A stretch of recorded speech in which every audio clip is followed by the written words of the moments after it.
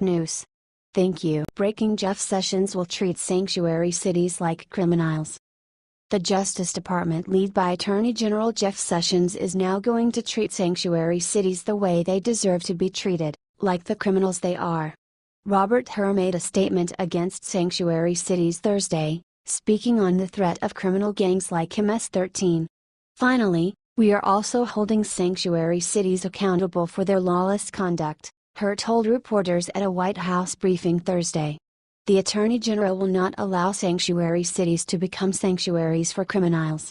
Advertisement: Immigration and Customs Enforcement Agency top dog, Acting ICE Director Thomas Homan, also chimed in at the meeting and called the cities a criminal's best friend. Homan was very adamant about ICE doing what they need to do to enforce the laws on the books regarding illegal immigration. He even brought up the future border wall as one more tool in the toolbox. Attorney General Jeff Sessions is a very devout supporter of enforcing the immigration laws, is very adamant about punishing sanctuary cities.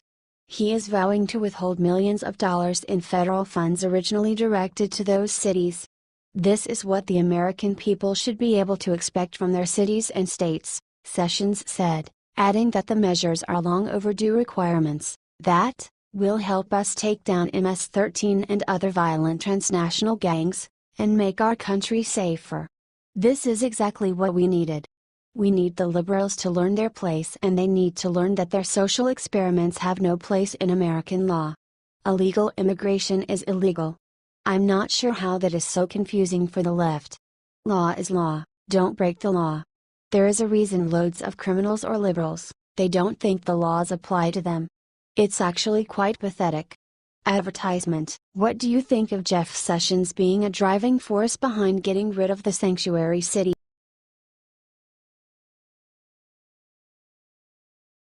Trump's border wall has one new feature that enrages Mexico. Of all the wonderful things that President Donald Trump says and does, liberals are particularly triggered by his promise to build a wall on the Mexican border. Liberals hate the idea of a border wall for two reasons. First, it hurts their precious feelings.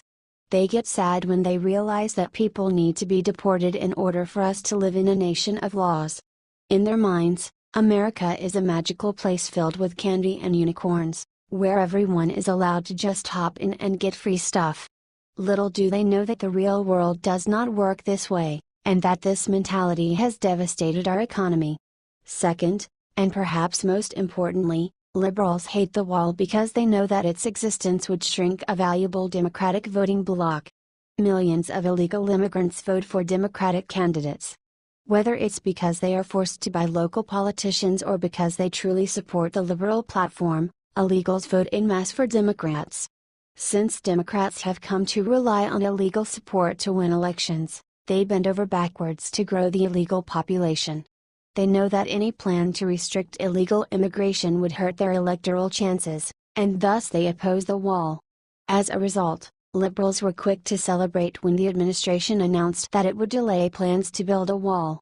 They got so carried away with excitement that they even made fun of the president and his supporters for believing that such a project could be completed in the first place. Now, however, the joke is on them.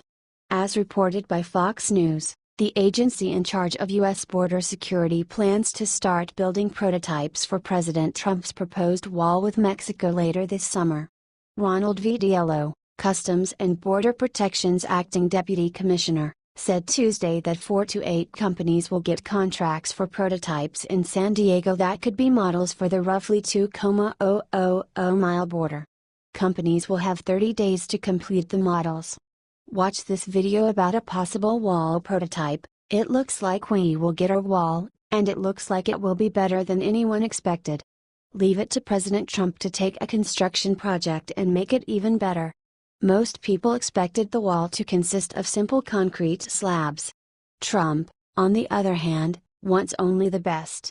That is why he is open to a more innovative wall, which contains solar panels and other fascinating high-tech features. Of course, Mexico cannot be happy about this, watching their rich high-tech neighbor come up with solutions that will allow them to keep out illegals and make money back while they are at it. all while they still worry that Trump will penalize them on trade for the way they have hurt America's economy all these years. Regardless of the wall's exact nature, Americans should be ecstatic that a wall will end up being built. Our southern border has been wide open for far too long. Millions of individuals, including criminals, gang members, and terrorists, have entered the United States by simply passing over some bushes or a small wire fence. Once they arrive here, they sell drugs and commit other crimes. Even non-criminal illegal immigrants cause problems by taking jobs and receiving welfare benefits. This must come to an end if we ever want to fix our broken economy and culture. Fortunately, President Trump is committed to making America great again. It looks like now we will finally get to build the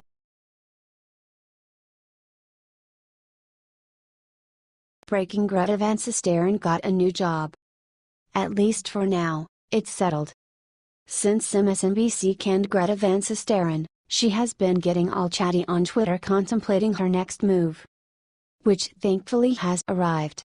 USC's Annenberg Center is bringing her aboard, where she'll work with students, appear on USC panels and produce books, journalism and academic projects, the center announced Thursday.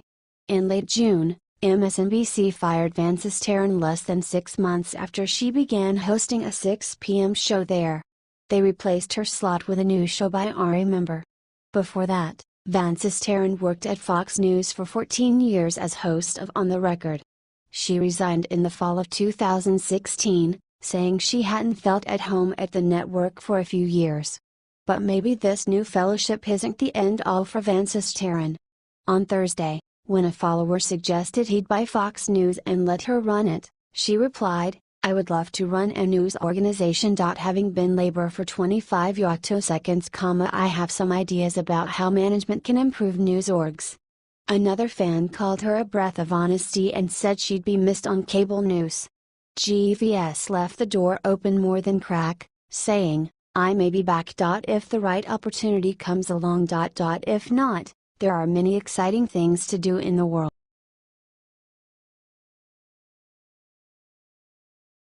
Melania Trump announces first solo foreign trip as First Lady. Melania Trump has been a great First Lady. She has performed with a grace and elegance one would expect from such a beautiful and accomplished woman. But she is about to break the mold and take her first solo trip as First Lady. Advertisement: The White House just announced that Melania Trump will lead the U.S. delegation to this year's Invictus Games. The Games, which will be held in Toronto from September 23 through September 30. The Invictus Games were started in 2014 by Britain's Prince Harry. They are very special for one reason. They are open to men and women who served their nation's armed forces and were injured in combat. The Wounded Warriors Olympics, if you will, and is a great stop for Melania's first solo trip abroad. The Games have about 550 men and women from 17 nations competing in Paralympic-style activities including swimming, cycling, wheelchair basketball and wheelchair rugby. In just 2 short years, the Invictus Games have allowed thousands of injured and wounded servicemen and women from many different countries to participate in adaptive sports competitions, something that should be lauded and supported worldwide. "I am honored by the opportunity to represent our country at this year's Games," Melania Trump said. "I was heartened by the great success of the inaugural Invictus Games that took place in London in 2015, and the second Games in Orlando, Florida, last year," she added. This isn't the first time Melania has paid homage to our wounded warriors.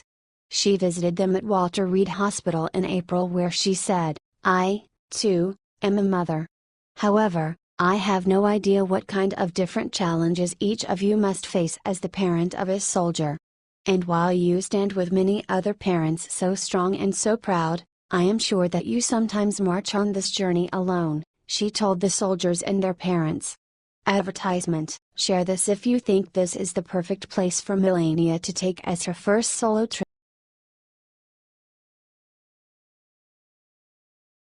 Reba McEntire's powerful new song will destroy every single Trump hater in America. Reba McEntire is one of the best country singers known to the music industry. She just released a new song which sends a message to liberals everywhere. 'Cause we're still worth saving. We can't go on like this and live like this, we can't love like this, we gotta give this world back to God, Reba sang in her new song called Back to God. This is an incredibly powerful message that needs to be heard everywhere, now more than ever. We have so much hate in the country because of the last election. Americans are burning flags, dishonoring our military and police officers, rioting in the streets, and wishing death on our newly elected president. Clearly, we do need to get this country back to God. But, liberals today are too cool to believe in God. They don't want to conform to one belief. And yet, most liberals do believe the same thing, that God does not exist and that there is nothing after death. That's fine, no one is going to force you to be religious. But, why discriminate against Christians? And, why deny that there are any good lessons to be learned from faith? The liberals shout out facts of the universe, as if we don't know them, and ask us to explain the way the Bible fits into it. Well, the Bible was written thousands of years ago by people who didn't understand the universe half as well as we do today, so there are going to be things in the Bible that don't make a lot of sense. There are also a lot of things in the Bible that make more sense than any philosophy I've heard a liberal argue. The Bible advocates for peace, love, and forgiveness. It puts an emphasis on life, family, and community, something our divided nation desperately needs. Thankfully, Donald Trump is going to be bringing God back into this country. He made it okay to say Merry Christmas again. He's put the Lord back in our Pledge of Allegiance. This is fitting. After all, this country was built on the foundation of faith. And we need to go back to our roots. This new respect for faith won't change the beliefs of the liberals, and that's okay, because it will strengthen the core values of this country. I believe that, in their hearts, are lost liberals raking for the kind of values my faith gives me. When our faith erodes, these values erode, and that spells disaster for the country. As Rebus says, you gotta get down on your knees, believe, fold your hands and beg and plead, you gotta keep on praying. With a little more faith, and a little more respect for faith, the turmoil and division in this country will die down. This country will unite under our president. What do you think about Reba's song and how it pertains to America right now? Please share the story on Facebook and tell us because we want to hear your voice.